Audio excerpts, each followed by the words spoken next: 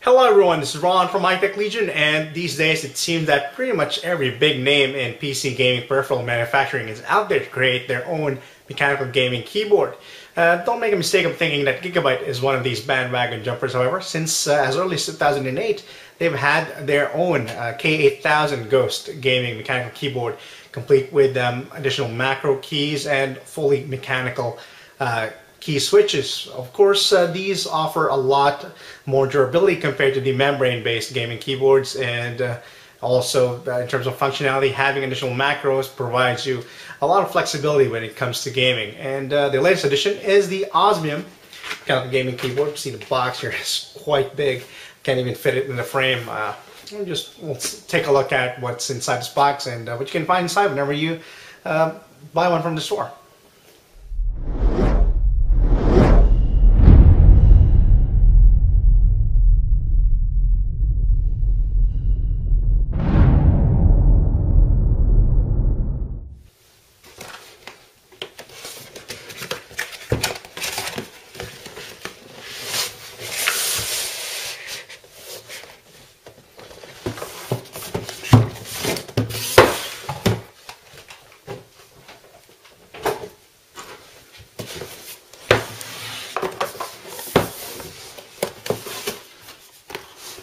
So of course you get the keyboard unit itself, and the wrist rests already pre-assembled in there. You can just take out the accessory pack and show you what you can get. It's a quick user's guide showing you the connections available.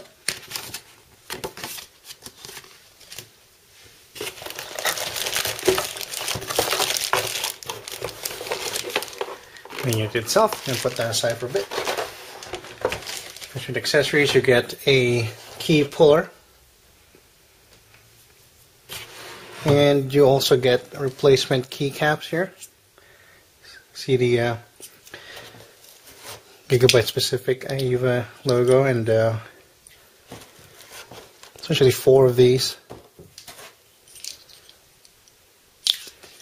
And let's see what else you can find inside. Probably nothing left here. And back here in the main unit itself, check out the connections first. You get the pass-through microphone and earphone or headphone connectors. They're color-coded and they're gold-plated. Also get the USB 3 and USB 2.0 connectors. So the cords are all braided for protection. A USB 3 cable is thicker compared to the USB 2 cable, and they also have anti-fraying protection and gold-plated connectors at the end. And I'll show you the side here where those pass through lead to. You get the audio pass-through connectors here on the right side, as well as the USB 3.0 pass-through. What I'm going to do now, before I proceed with the overview of the main unit itself, is of course plug it in.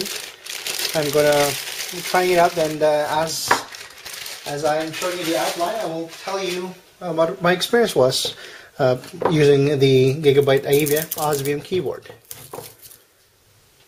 Alright, here is the AIVA Osmium, and I've been using it for several weeks now. Just a time warp for my unboxing part of this video, and I quite like it. You can see the considerably sized wrist rest there. It's very easy to remove, and unlike other wrist rests, the attachment here is quite thick, so you can't. It's pretty much impossible to break this. And you also have some rubber pads. These are plastic, but it's high impact plastic. And there's additional pads can help it stay in place. Other than that, I'll just show you the bottom side here. You can expect. You have these rubber tipped as well, but not only do you get the feet to lift it here from the back, you also have this feet here at the bottom, secondary smaller feet, and they also have rubber tips.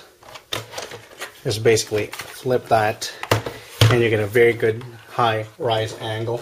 Of course, depending on the user preference, you might want to use that. Although, even if you don't lift that up, the keyboard already is in a quite a good angle up, so that really depends, up to you, of course. And just checking out the LED backlight here. This is the maximum backlight lighting. You just toggle this, you just press it down to kind of disable it. You'll notice that the num lock, caps lock, scroll lock, and the Avia logo LED still lights up. Just press that again and lights up. And these are also analog scroll wheels. It is the minimum lighting, off, on,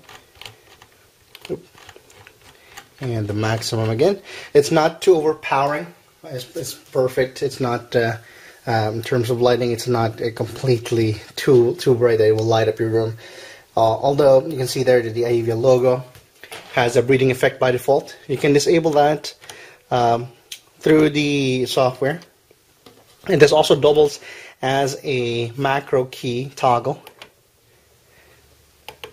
It goes through the 5 different colors and 5 different profiles for each of the 5 bank of macro keys here. As you can see, the problem is that it's a little too sensitive, especially if you're just handling it like so, and if you're plugging in things here in the USB 3 pass-through with the microphone and headphone, and the other USB 2.0 pass-through in the rear, so you're always kind of in this area anyway. So you might be accidentally pressing that, although thankfully the profile switching only affects the macros, so it's technically not really too much of an issue, although I would have preferred if the connectors are actually here at the top, here in this, the ones here on the side, because so what will happen is, for example, if you have a mouse and you're playing and you have a small desk, it's kind of in the way and you're playing like that. So I would have preferred if it's on the top instead of the side, or else it still takes up a lot of space on your desk. Although thankfully you can see the size of the keyboard itself. They moved the macro on the top so it doesn't have it's pretty much the same width as a regular keyboard. It's about 43, 44 centimeters long. It's not really, I'm pretty sure 44, measured last time. And it's not, that's not considerably longer than an average keyboard, and also it's quite durable. See here, and in fact I couldn't even put it in my weighing scale because it only goes up to a kilo.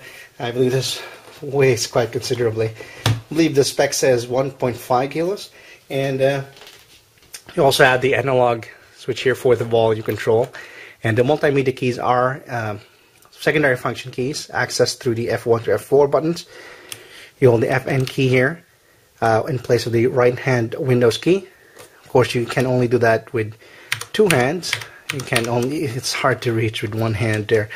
And you have the Winlock key as well. The only downside with having the Winlock key and the Avia Osmium, of course, is that you can see that no matter how many times I press it, the light doesn't go off, so you don't know whether it's on or off. It's a minor issue, although I would have preferred, because I've seen some gaming keyboards that have that functionality and they're still able to kind of disable the LED there. But it does work. You just have to kind of test it out. And I would have preferred maybe a Winlock key in a separate area here, just so I don't accidentally enable that when I'm playing anyway. And also, if you notice, the Windows key here is smaller, as well as the function key as well, considerably smaller compared to the other keys. And the Alt key is a little bit bigger, of course, for easy access when you're playing, because the Alt keys are generally hard to kind of reach when your thumb when you're playing like so. And also, let me just go back here to the USB connections. I've tested the USB 3 connections. I benchmarked it using AIDA, or the read test. I plug in a drive on the top and I plug in a drive on the side. And the USB 2, of course, performance was just a little bit smaller, slower. It was about 1 megabyte, 2 megabytes slower when I'm typing. I kept on typing while running AIDA 64 read test on loop, just to see if my typing gets affected with the performance, since it's running on a USB 2 pass-through. You only need to plug in a USB 2.0 connector to get the functionality of the keyboard itself, but you also get a USB 2.0 pass-through in the top when you plug that in. So I was surprised the performance was pretty good. It wasn't affecting my typing at all. But the USB 3.0, which has its own cable when you plug it in, it was producing numbers on my drive which was just a little bit better than the USB 2.0. I believe I was getting around 30 megabytes per second, or 29.9 or 29.5 megabytes per second with the USB 2.0 read speeds. But when I'm typing, I was getting as low as 27, so that's not bad. But when I was running a USB 3.0 here, I was benchmarking my drive here while I was typing. I would get 35 megabytes per second. I believe the highest I get was 40 megabytes per second. Even though I'm not typing, it was still getting rates that low. I will show you the screen here.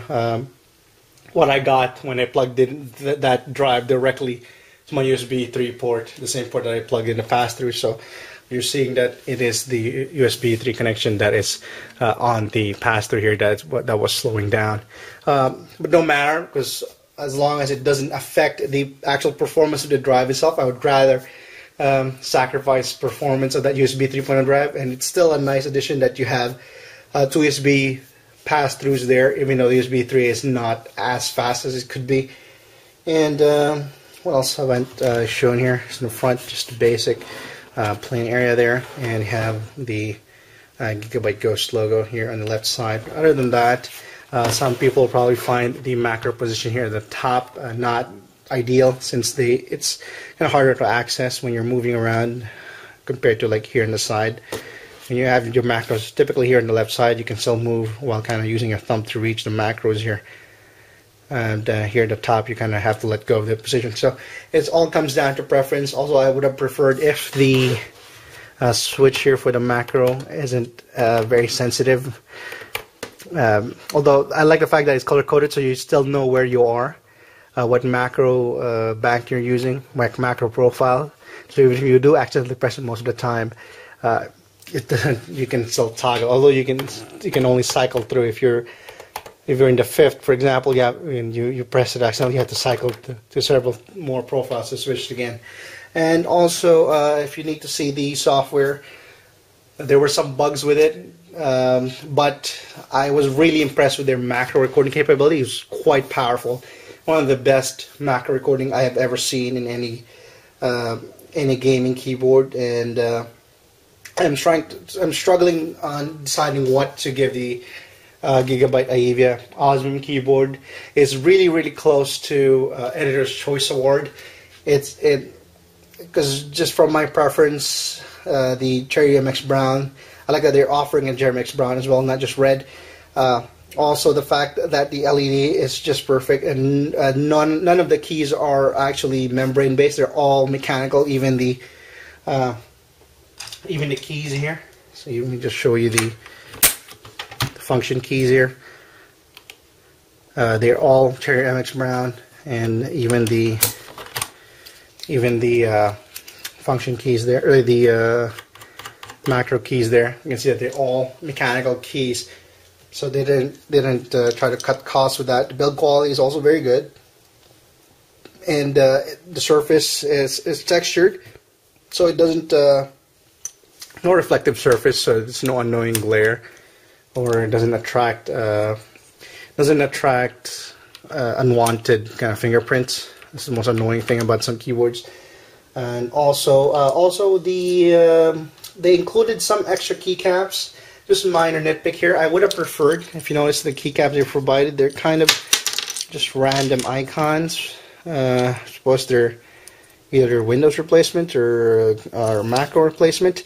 Since they provide 4 anyway, I would have preferred if they provide alternate WASD directional keys, or maybe alternate keys, because WASD gets worn out, especially if you're a hardcore gamer. They get worn out pretty fast. So I would have preferred, since they provide 4 keys anyway, it would have been nice if the 4 keys they provided were also functional keys rather than just kind of for decoration.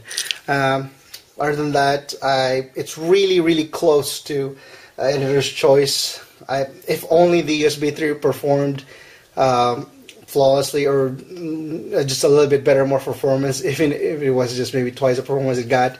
And also, if only the software was completely bug-free, because I really loved the macro functionality, I would have given it an Editor's Choice Award.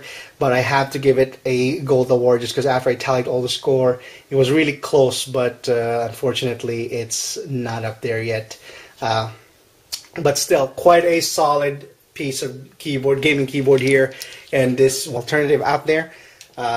You can see my testing with the 64K Aero functionality. I couldn't even get all my fingers in there to test the 64K Aero, but you can see the video in the more information below, and also the software functionality.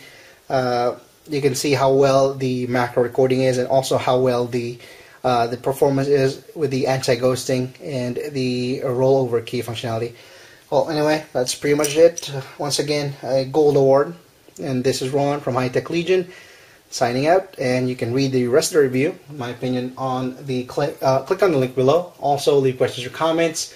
Subscribe to this video for daily updates, of course, for our YouTube channel.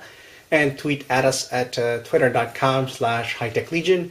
And join our Facebook page at facebook.com/HTLReviews. Once again, this is Ron signing out.